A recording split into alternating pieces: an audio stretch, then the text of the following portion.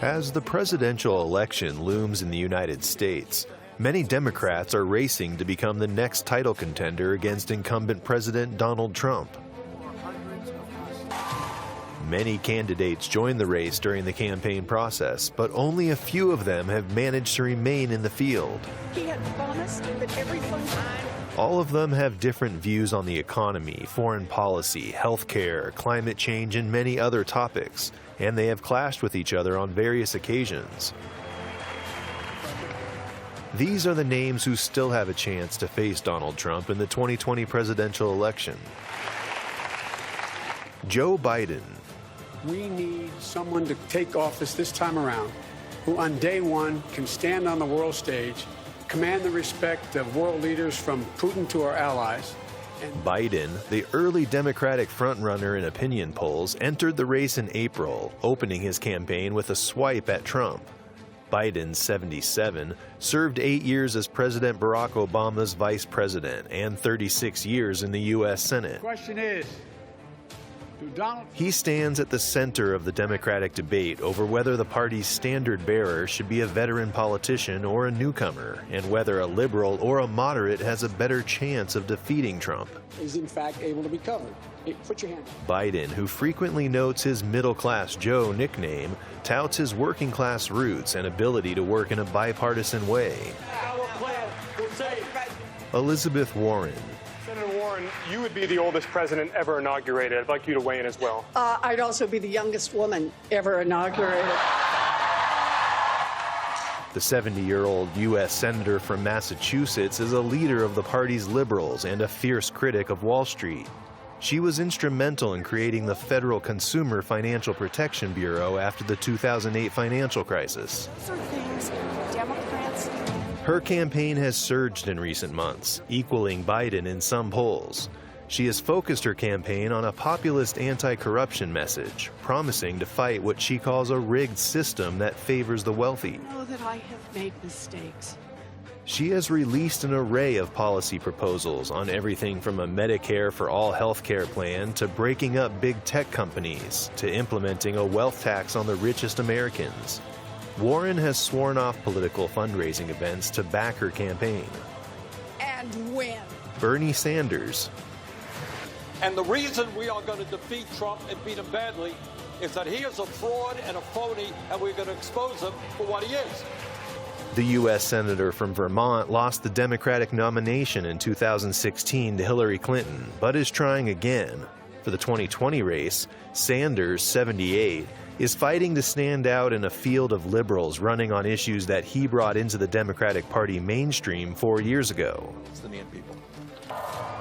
Sanders suffered a heart attack while campaigning in Nevada in October, but there has been little impact so far on his support. His proposals include free tuition at public colleges, a $15 an hour minimum wage, and universal health care. He benefits from strong name recognition and an unmatched network of small-dollar donors. You're not qualified. Pete Buttigieg. According to Forbes magazine, I am literally the only person on this stage who's not a millionaire or a billionaire. The 37-year-old former mayor of South Bend, Indiana, emerged from virtual anonymity to become one of the party's brightest stars, building momentum with young voters. A Harvard University graduate and Rhodes Scholar, he speaks 7 languages conversationally and served in Afghanistan with the U.S. Navy Reserves. He touts himself as representing a new generation of leadership needed to combat Trump. Buttigieg would be the first openly gay presidential nominee of a major American political party. Michael Bloomberg. It takes to beat Trump, because I already have, and I will do it again.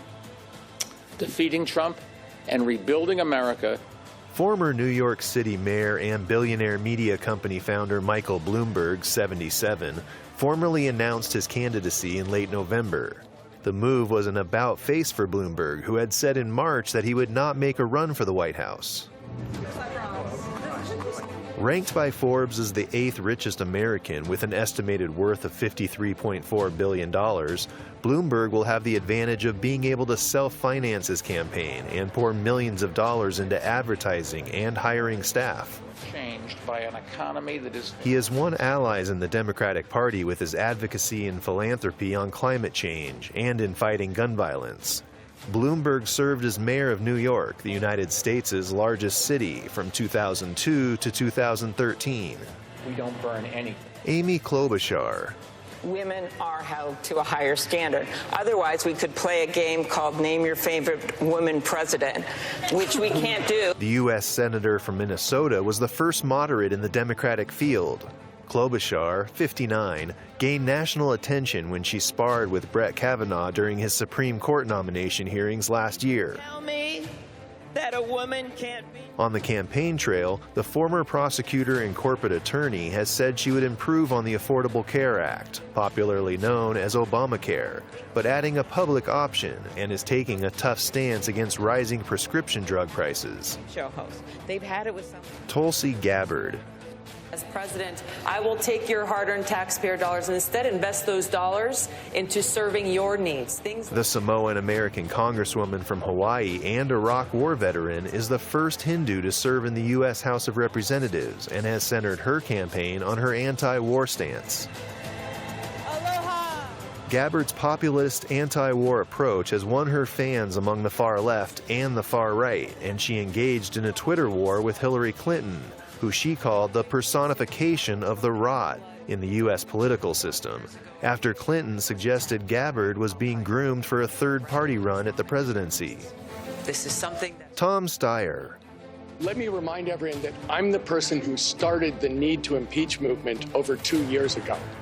Because A billionaire environmentalist and force in Democratic fundraising over the past decade, Steyer said last January that he was focusing on his efforts to get Trump impeached and Democrats elected to Congress. who they care about.